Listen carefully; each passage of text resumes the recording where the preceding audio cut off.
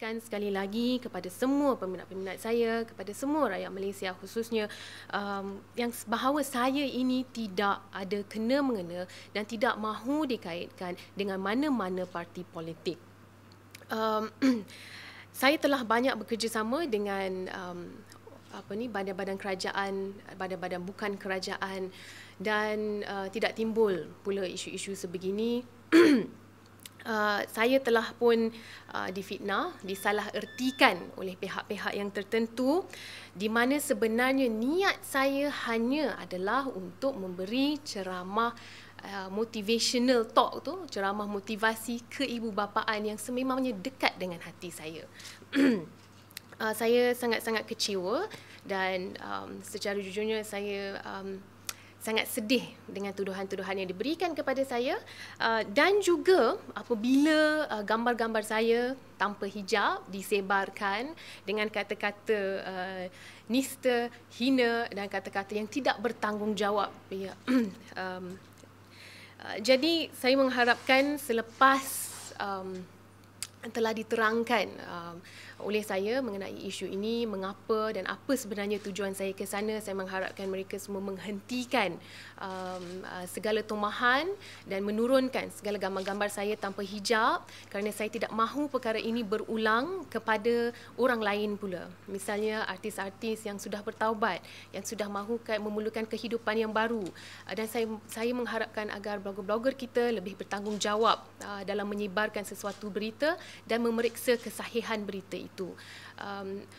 Semoga selepas ini tiada lagi gambar-gambar kita ataupun gambar artis, sebab ramai artis yang dah berubah.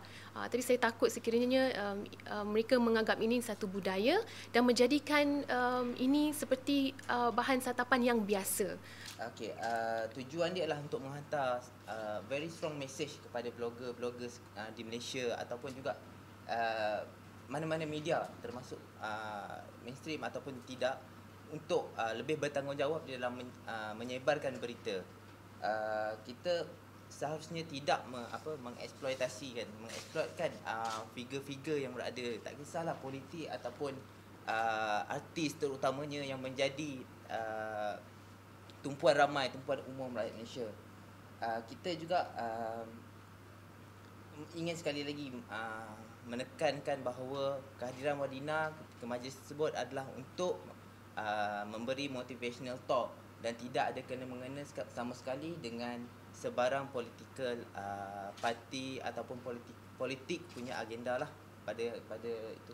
Boleh saya tambah ribuan penduduk di Desa Mentari itu menjadi saksi kepada apa yang sebenarnya telah saya sampaikan kepada mereka. Jadi boleh tanyalah dengan diorang tu. Buktinya ada bersama-sama dengan mereka yang bahawa saya tidak menyentuh apa-apa agenda politik mahupun apa-apa perhimpunan ataupun demonstrasi. Ia bersifat terlalu simplistik. Tak boleh kita macam tu. Dekat Malaysia ni saya nampak kita ada tendensi untuk meletakkan label-label pada orang. Sangat menyedihkan. And rasa kita perlu tukar cara kita berfikir dan mentaliti kita. You are able to sit down. Kita sepatutnya boleh duduk dengan orang yang tidak bersependapat dengan kita. Kita perlu menguruskan perbezaan pandangan kita. Mari kita sama-sama membuka minda kita dan mampu untuk menunjukkan kematangan kita bahawa biarlah kita berbeza pandangan, tetapi kita boleh menguruskan perbezaan pandangan itu. And let's not put labels on anybody. Please, ini menunjukkan cara kita berfikir. So let's move a step forward lah. Kita ubah benda ni. Jangan cepat sangat buat andaian, cepat sangat berfitnahkan orang dan kemudian sebarkan fitnah tu. Implikasi dia besar dan buruk. Tak ada, it's not true at all.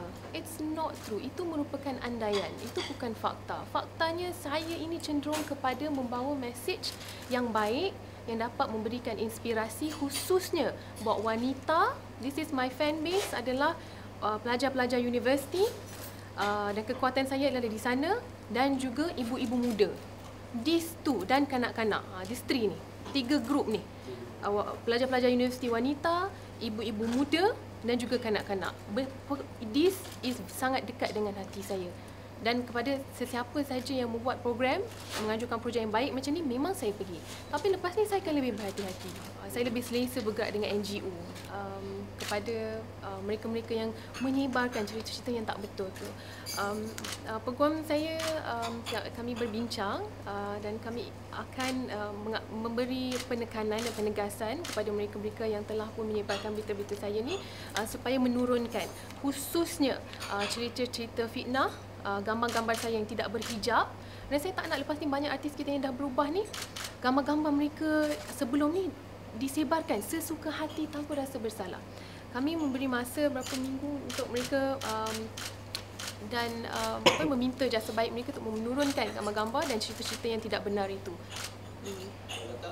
Sebab kalau tak kita akan ambil tindakan undang-undang.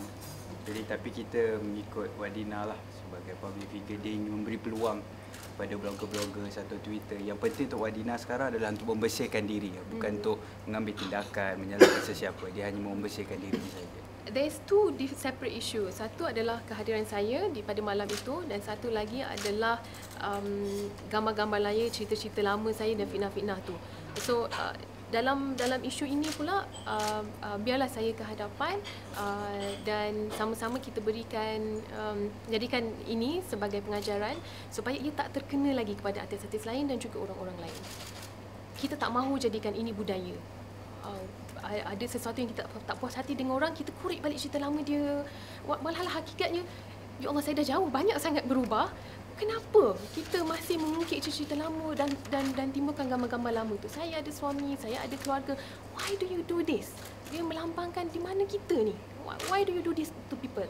Sepatutnya sekiranya orang tu dah berubah kepada kebaikan, nak do something good, we support. Because at this point of time, dalam dunia ini, kita perlukan lebih ramai orang. Sama-sama kita ajak orang lain jadi baik, memakmurkan dunia ni. Bukan sebaliknya.